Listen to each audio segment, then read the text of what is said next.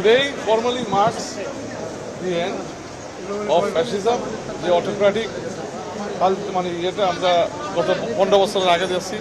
So it marks the ending of fascism, undemocratic practice in Bangladesh. আজকে ডেমোক্রেসির একটা সূচনা হইল। We made the mark to democratic transition, ইনশাআল্লাহ এই পার্লামেন্টের উদ্বোধনী সেশনের মাধ্যমে। So it is a new horizon, a democratic horizon. তো এটা দিয়ে আশা করি দেশ এগিয়ে যাবে ইনশাআল্লাহ। আমাদের প্রধানমন্ত্রী সংসদীয় দল নেতা জনাব তারেক রহমানের নেতৃত্বে বাংলাদেশ জাতীয়তাবাদী দল এবং বাংলাদেশ জাতীয়তাবাদী দলের পার্লামেন্টারি পার্টি বলিষ্ঠ ভূমিকা রাখবে এই মহান পার্লামেন্টে, যাতে এই দেশের উন্নয়ন এবং কার্যকরী আইন প্রণয়ন হয়, যাতে মানুষের অধিকার আদায় হয়। এবং আশা করি আমরা বিরোধী দলও কার্যকরী ভূমিকা রাখবে। এখন একটা কনস্ট্রাকটিভ ডেমোক্রেটিক স্পেস বাংলাদেশে তৈরি হয়েছে।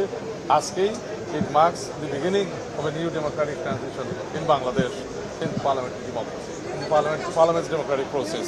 এইটা তো অপ্রাসঙ্গিক, মানে it's nothing to do with today's parliamentary session.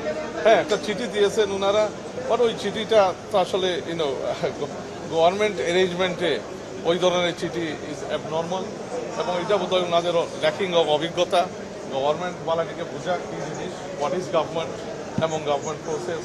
তো এটা বোধহয় একটু সাম আন্ডারস্ট্যান্ডিং ইন দ্যাট ডাইরেকশন, ওই দিক থেকে বোধহয় ওই চিঠি ওনারা দিয়েছেন।